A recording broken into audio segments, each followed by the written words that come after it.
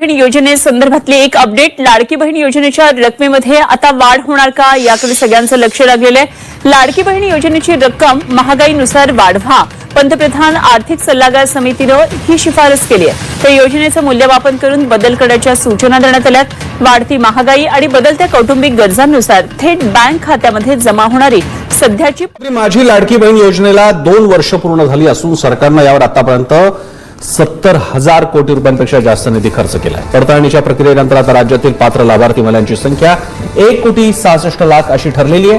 निकषांचं उल्लंघन केल्यामुळे टप्प्याटप्प्यानं तब्बल 81 लाख महिला अपात्र ठरल्या। आर्थिकदृष्ट्या दुर्बल महिलांना दरमहा 1,500 रुपये देणाऱ्या या योजनेचा विधानसभा निवडणुकीत महायुती सरकारला सत्तेवर पुन्हा विराजमान होण्यासाठी फायदा। भारतीय महिलांना मे महिन्याचा हप्ता देण्यासाठी ही रक्कम वळती करण्यात आली।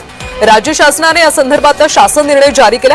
यापूर्वी सुद्धा अशाच प्रकारे सामाजिक न्याय विभागाचे, आदिवासी विकास विभागाचे हजारो कोटी रुपये या योजनेसाठी वळवण्यात आले। आता लाडक्या बहिणींसाठी आनंदाची बातमी आहे। पुढील 2 आठवड्यामध्ये हप्ता मिळण्याचा अंदाज आहे। ई-केवायसी प्रक्रियेमुळे हे हप्ते रखडले होते। ई-केवायसी केली नाही त्या महिला अपात्र होणार आहेत। लाडकीचा मार्च एप्रिलचा हप्ता थकीत आहे। ई-केवायसी करण्यासाठी 30 एप्रिलची अंतिम मुदत ठेवण्यात आली होती। त्यामुळे ज्यांनी ई-केवायसी केली नाही त्या महिला अपात्र होणार आहेत।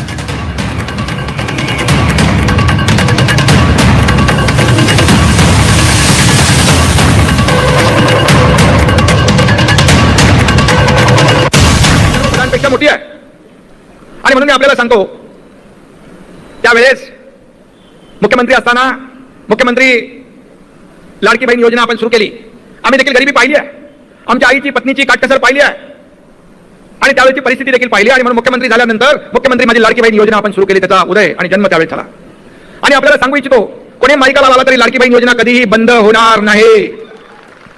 काही केवायसी वगैरे होईल त्याच्यामध्ये, पण पात्र लाडकी बहीण कधी वंचित राहणार नाही, हा शब्द आहे आमचा। लाडकी बहीण योजनेत तब्बल 80 लाख महिला अपात्र ठरल्यात। ई-केवायसीची मुदत वाढवण्यास सरकारनं आता नकार दिलाय।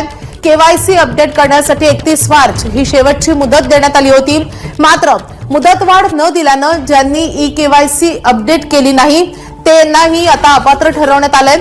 योजनेच्या सुरुवातीला ही संख्या सुमारे 2,46,00,000 इतकी होती, जी आता घटून 1,66,00,000 आलेली आहे। ई-केवायसी न केल्यामुळे अनेक पुरुषांनी या योजनेचा लाभ घेतल्याचंही समोर आलं होतं आणि त्यानंतर तब्बल 80 लाख महिला आता या योजनेतून अपात्र ठरल्याचं समोर आलंय।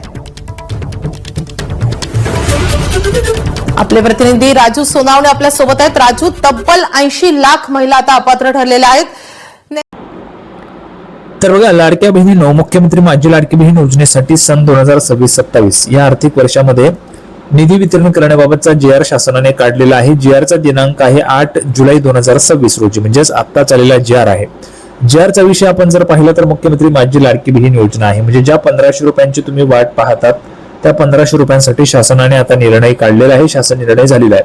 शासनाचा जी.आर. आला म्हणजे तुम्हाला पैसे यायला मार्ग मोकळा होतो, हे सगळ्यांना माहितीच आहे। आता बघा, हे जे काही पैसे ते कुठल्या महिन्यासाठी दिले जाणार आहेत, तर बघा ह्या ठिकाणी स्पष्ट म्हटलेलं माहे जून 2026 या महिन्यासाठी 309.54 कोटी इतका निधी जो आहे तो त्या ठिकाणी प्रशासकीय प्रमुख म्हणून सचिव महिला व बाल विकास विभाग यांना निधी वितरण प्रणालीवर वितरित करण्यास शासन मान्यता प्रदान करण्यात येत आहे। म्हणजे शासनाने मान्यता दिलेली आहे की 309.54 कोटी रुपयांचा जो निधी आहे तो जून महिन्याच्या हप्ता वाटपासाठी या ठिकाणी तो महिला व बाल विकास विभागाला पाठवला जाणार आहे। म्हणजे काय लक्षात आलंय तुमच्या, आता माहे जून महिना म्हणजे जून महिन्याचा हप्ता वाटपाचा तुमचा निधी जो आहे तो त्या ठिकाणी आता ट्रान्सफर झालेला आहे। ओके, तर सगळ्यांना माहिती समजली असेल।